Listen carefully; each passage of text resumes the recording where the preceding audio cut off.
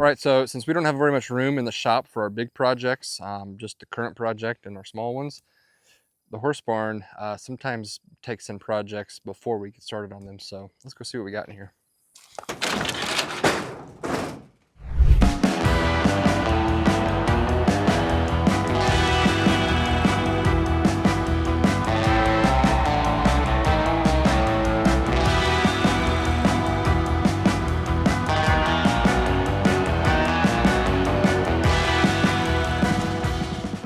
All right, so if you can avoid all of the wasp flybys in here down in the horse barn, you might be able to find some pretty cool stuff. And that is, like I mentioned, our next project.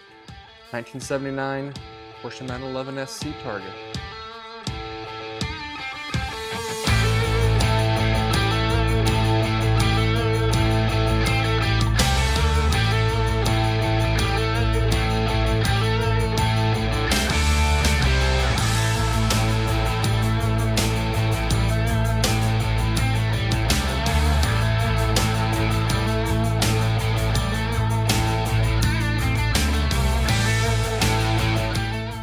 All right, so you saw a few of just the problem areas on the outside here. One being this big patch over here. That is pretty much all over the car. So we bought this actually for a pretty good price because of that. It looks like somebody didn't really paint this correctly, we'll say. There's really no layer of primer on this car.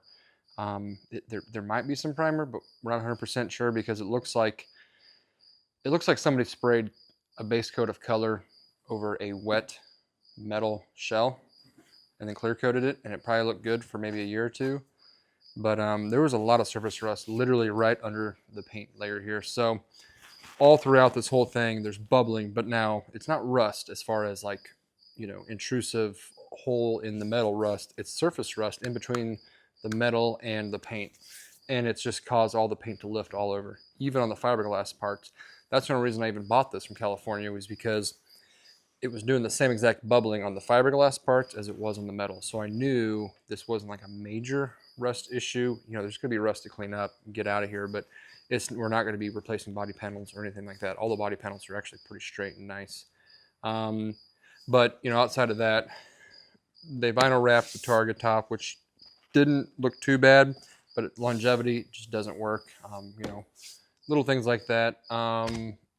This car is just too beautiful to have too many imperfections around here. So we're taking this car to the next level. This customer wants a very nice driver car, nothing too custom outside of paint and interior. We're going back to the 3-liter. We're gonna stick with that, rebuild it. But as you can see, it is not in here any longer. So let's check it out. All right, so here is our 3-liter, and you can see it doesn't look like the other engines in our little engine row here. First off, we got this big fan, and usually you see the fan on the front of an engine, kind of like this, but it's cooling down a radiator. Well, these don't have radiators; they're air cooled. Which I know a lot of you know, but just to keep it with full info disclosure, it's kind of cool how this works. So there's a big kind of shroud back here that has the intake, and then the kind of the valley of the intake underneath there, because this is a flat 6, so they're opposing sides on these pistons. And what it does is it essentially sucks the air out of that, so it's cooling, it's pulling air, and it's pulling fresh air from up front. There's some hoses up here that connect on which would be the back side here, which is actually the front part of the car, towards the front part of the car. And it sucks out all this heat that's being built up here, because it is still an internal combustion engine, but again, no coolant, or at least no radiator like you're traditionally used to. So what happens here is you've got fins all over this thing, air cooled. Again, think air cooled, air movement getting through here, cooling this thing down. It's just a really cool design how they have this set up. The Bosch intake up here, this was used in a lot of different cars back in the day. The 88 Lotus Esprit that we have, that we EV converted, it had a Bosch kind of fuel injected somewhat electronic fuel injection. It uses kind of a mix of both, but these really are very basic running engines. It's just mechanically how they work together.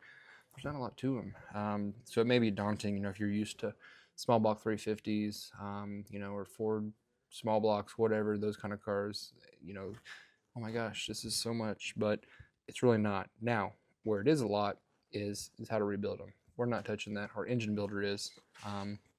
Barefoot Willie here in Columbia, Missouri will be taking care of this, but he's done a couple of these actually. He said, you know, they're very finicky. They're very detail oriented. Not that motor building's not in general, but there's just a lot of separate metrics you got to keep track of on these that you're not used to keeping track of because they're just not there on your more traditional motors. But cool thing all around. It was so fun seeing this out and just getting a closer look at these because, you know, I've seen 911s, I've seen plenty. I've just never seen one of their motors, one of these air-cooled flat six motors, like up close, really personal, like really, it was really cool. I mean, they really are. So on that note, really cool. Let's get back to the interior of the car because that's one of my favorite parts. So let's get back to the car. All right, so the interior, which to me is kind of some of the more beautiful parts of these cars.